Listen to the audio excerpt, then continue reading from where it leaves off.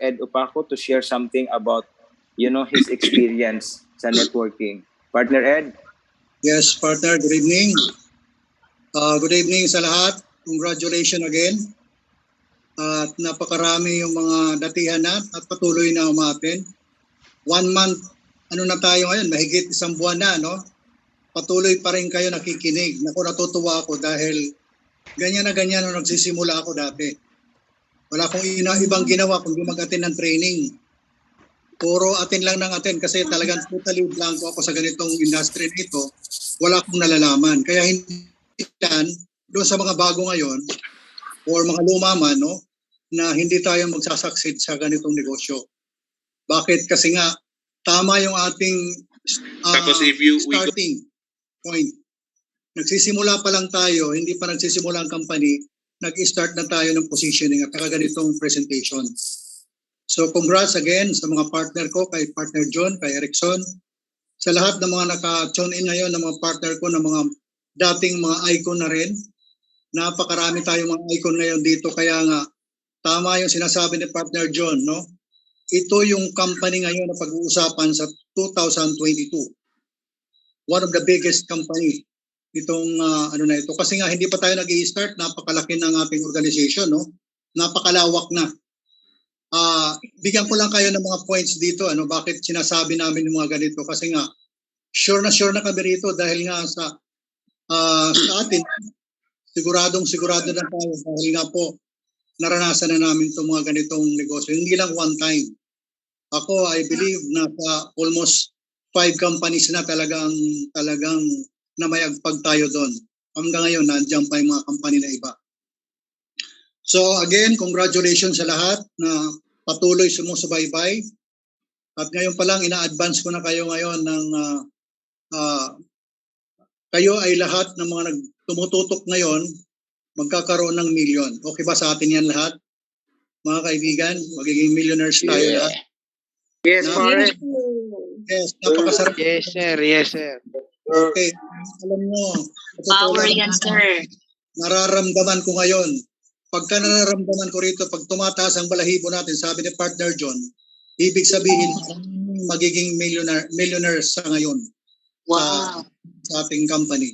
So, tune in lang tayo, wag kayo mawawala.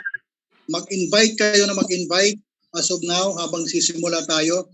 Kasi kagaya ng kinikwento kanina ni Erickson na yung mga company before na hanggang ngayon naglalast pa yung mga company na yan na maraming kinikita, million ang mga kinikita nila sa Unilevel.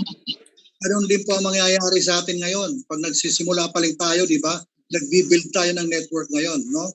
So ibig sabihin, way na tumatakbo tayo, tumatagal ng umabot tayo dito ng taon, magugulat na lang kayo na andun na yung pinag-uusapan natin ngayon. Okay? So, yung talagang totoo. Yung multi-level marketing, ito po yung parang, kung titingnan natin, parang good to be true, no? Na mangyayari sa atin. Kasi nga, ang laki ng kinikita natin, liit ng puhunan natin, pero napaka-huge yung income natin. Sobrang ang laki ng kinikita dito. Kaya nga, maraming hindi sumasali rito. Alam mo kung bakit? Kasi mababangag sila sa akin. Na minsan yung iba, iniisip nila na mga baliw ata itong mga taong ito. Totoo yun, mga baliw kami. Dahil sa ganitong sistemang ito, maraming nababaliw dito. Pero hindi baliw na literal. Baliw sa kitaan, ibig sabihin ganon. Sa kitaan, ibig sabihin, kumikita tayo ng talagang unexpected na pangyayari sa atin dito. You could imagine mag-start ka ng 2,999, magiging millionaire ka, kikita ka ng 140,000 per month. Saan ka makakita ng negosyo na ito? 2,000 lang ang kapital mo. Kikita ka ng 146, almost 150,000 per month. Sweldo na yan ng ating Pangulo no? Pangulo Duterte na yun, sweldo na niya yan, monthly. Kaya masaya tayo talaga, alam mo, excited ako ngayon, bumabalik yung pagkabata natin, no? Dahil sa totoo lang, kung hindi nyo itatanong, nasa 3 dekada na tayo sa ganitong industry. Ibig sabihin talagang ang dami ko ng experience dito. Kaya kung magpipinto ako sa inyo, kahit siguro 1 linggo, hindi ako mauubusan ng mga experience na ipipinto ko sa inyo. Kaya lang, limited ang oras natin. Alam ko naman na lahat tayo magpapahinga, no? So mga kaibigan, mga partners, mga newcomers, mga bagong, yung mga nag-observe lang, Huwag na po kayo mag-observe. Kung ano ka ngayon, na nag-attend ngayon, ganun din ako noon. Walang alam. Totally walang alam. As in, walang alam. Kasi nga po, hindi po ako graduate ng 4 years. 2 years graduate lang ako. Self-supporting pa. Ganun po katindi ang buhay namin dati. So, talagang malaking binago sa akin dito kasi kumbaga sa 360 degrees ang binago ng buhay namin. Change ng lifestyle. Kumbaga, di ba, ang dami natin natulungan dito. Thousands of people na nabago ang buhay. Under my organization. Yun po yung totoo. Ibig sabihin, ngayon, uulitin lang natin yan dito, mga kaibigan, mga partners. Kasama na kayo natin, magsama-sama na tayo rito. Okay ba yun? Okay ba yung mga kapatid, mga partners? Okay ba? Nasama-sama Yes, tayo. partner. Yes. Okay. Yes, Kuya Ed. May tanong lang ako kay Kuya Jun, pwede? Importante lang po. Kuya Jun. Okay, sige po. Yeah. Sir Jun. Yes. Inform ko lang po, meron kasi ako mga prospect nasa US na nagre-request sila ng English presentation. Meron kasi papasok sa akin na na magpe-pay in Americana. Okay. So, yep. Nagtatanong lang sa akin kung kailan daw magkakaroon ng English presentation. Yung full English presentation po. Ano na lang, sir. Ako, magaling ako dyan. Yes, sir. Di ko na lang, sir, ang magpe-present, sir. Para sabihin ko na lang sa kanya. Sandali. Joke lang yun. Hindi, seryoso ako, sir. Kasi nag-cut na sa akin eh. Papasok eh. Hindi, ganito na lang. Yeah. As of now, wala pa tayong English presentation. But, ang ating company, lalo na yung ating president, lumaki sa USA. Talagang yan sila, mag-i-innovate yan na mag-i-innovate.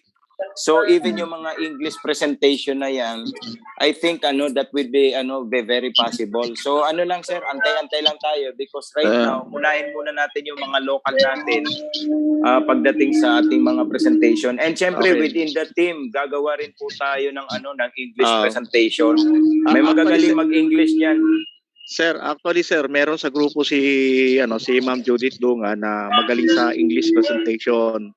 Yeah. Pwede niyo kunin na trainer natin para yung mga foreigner na gusto pumasok na ma-entertain naman natin, sir. Yan. Sir. Yes, kasi sayang no problem. Sayang kasi sir kasi gustong-gusto na nila eh. Sige, Don. Okay. Sige walang po. kaso yan. All right, thank you for that Sige, sir. question. Sige sir. Ako. Hello sir. Meron din po ako ipapasok sir, taga ibang bansa.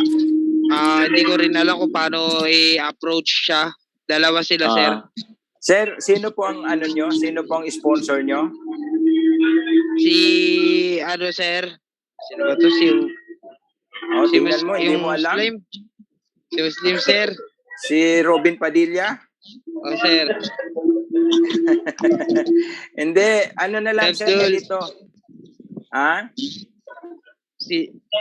Sino anong gagawin ko sir? Paano sir?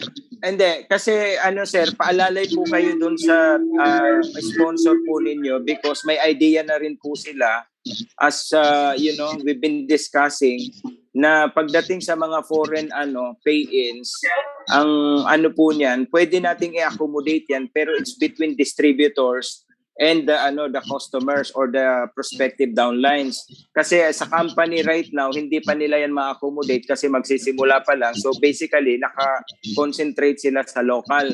But eventually, magkakaroon din yan ng mga international, no?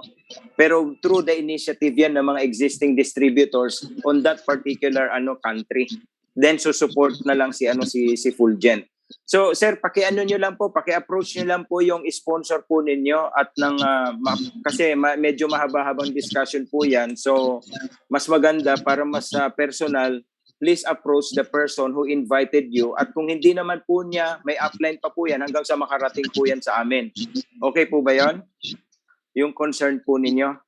Yes sir, okay po yun. Kasi meron din po ako sa Maynila sir Meron din po ako sa Maynila. Okay. Sige sir, walang kaso yan. Lahat yan sir, ma-accommodate natin lalo na pag naglabasan na lahat ng mga video presentation. Total, ang ating business, remember, e-com tayo. So kahit sino, kahit saan, pwede talagang pumasok sa system. Dahil naka-ready na lahat yan eh. Even yung payment system po natin later on, even yung credit card ma-accommodate yan. So yung credit card, Cebuana, Luwilier, at saka yung Palawan, malamang after 1 month pa yan, po pwedeng ma-up yung para sa system na ganon. Alright, so once again, thank you so Okay po, much. sir. Salamat, sir. Yes, thank you, Patrick. Partner Ed, yes, palakpakan po natin yung mga, si Partner Ed and syempre si Erickson Opaco, palakpakan natin sila. And sabi ko nga po sa inyo, right now, kung ano man yung ginagawa nyo sa buhay or yung may iba nagtatrabaho online din, so again, pwede nyo po itong i-add sa ginagawa po ninyo. Remember, parati ko pong sinasabi, bottom line, bakit po ba tayo nagpapakahirap? Bakit tayo nagtatrabaho? Bakit tayo nagsasakripisyo? Bottom line, we really work so hard because we want to make money. So please remember that. Pero parati ko pong sinasabi na working hard is completely different from working smart. Kasi hindi lahat po ng taong masisipag ay umaasenso. Kagaya po na sinabi ni Erickson kanina, pagdating sa mga dreams in life po natin, kahit na paulit-ulit ka, sige ka trabaho, sige ka mawala ka man, pero never na makuha yung mga big dreams natin in life. Bakit po? Kasi sobrang limited po yan. So bakit ko nasabing working hard is different from working smart? Kasi ako po, once upon a time, naging empleyado din po ako as one of the youngest senior operations supervisor na isang multinational company. So during those days, kahit anong sipag ko, umaalis ako ng bahay 6 a.m., tulog ang baby ko. Pagdating ko ng bahay 9:30 to 10 p.m., tulog na naman baby ko. Tinubuan ng ngipin yung anak ko, halos hindi ko nakikita. Ang problem po during those times, na bakit ganon? Pagpasok ng sweldo ko, labas sa kaliwa, pasok sa kanan, lalabas sa kaliwa. So ganon, naging routinary ko na po yun. Parang naging hand-to-mouth existence lang. Pasok sa umaga, tulog sa gabi, pasok sa umaga, tulog sa gabi. And I've been doing that over the last more than 12 years, 10 years. So alam niyo po yon. So ang point ko lang po dito, for those of you na medyo matagal-tagal na po sa ganyang situation, malay po natin. Again, hello po. Hello. Magtatanong pa ako sa phone. Tumawag ka na agad eh. Ano daw? Hindi ako. Nag-uusap. May kausap siyang iba. Sino yan? Anyways. Hindi na filter. Okay. So anyways, as I was saying, ganun po, no? Again, the bottom line. And siguro po, no, come Tuesday or tomorrow, at least unti-unti po natin na makikita yan. Mai-excite po tayo. So kayo po, yung iba na medyo nagdadala-dalawang isip pa, it's okay, no problem. Hanggang sa totally naging po kayo, i-convince nyo yung sarili nyo if this business is really good for you or maybe you can just do this later on. Depende po yan sa inyo. But I'm saying na baka pag dumating yung time na gusto nyo nang gawin, ay yung mga taong kakilala mo right now, baka makuha na po sila ng ibang tao. So remember, yung mga taong kakilala nyo right now na wala pang idea about Fulgent, baka pagdating ng time, magulat ka na lang na naka-join na sila pero sa ibang grupo, hindi sa inyo. Parang may COVID. Alright. So anyways, thank you so much po for tuning. Maraming salamat po sa inyo. Once again, sa lahat ng mga nandito, nakasubaybay po sa atin parate. And sabi nga, together, we shine. So, ang Fulgent po is shining brightly. We are giving hope to those people na medyo nawalan na ng hope. So, again, tayo po, magiging instrumento po tayo. So, thank you so much po and good evening sa inyong lahat from Luzon, Visayas, and Mindanao. Magandang gabi po sa inyo. And syempre, yung mga nasa abroad. Alright? Thank you so much. Thank you. Thank you, sir. Salamat.